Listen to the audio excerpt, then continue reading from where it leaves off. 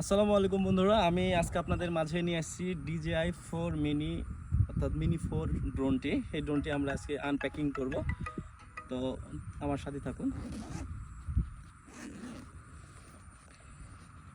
আমরা প্রথমে পেয়ে যাচ্ছি একটা কন্ট্রোলারটা অনেক চমৎকার একটি কন্ট্রোলার, দেখতে পাচ্ছেন কি সুন্দর একটি কন্ট্রোলার দিয়েছে।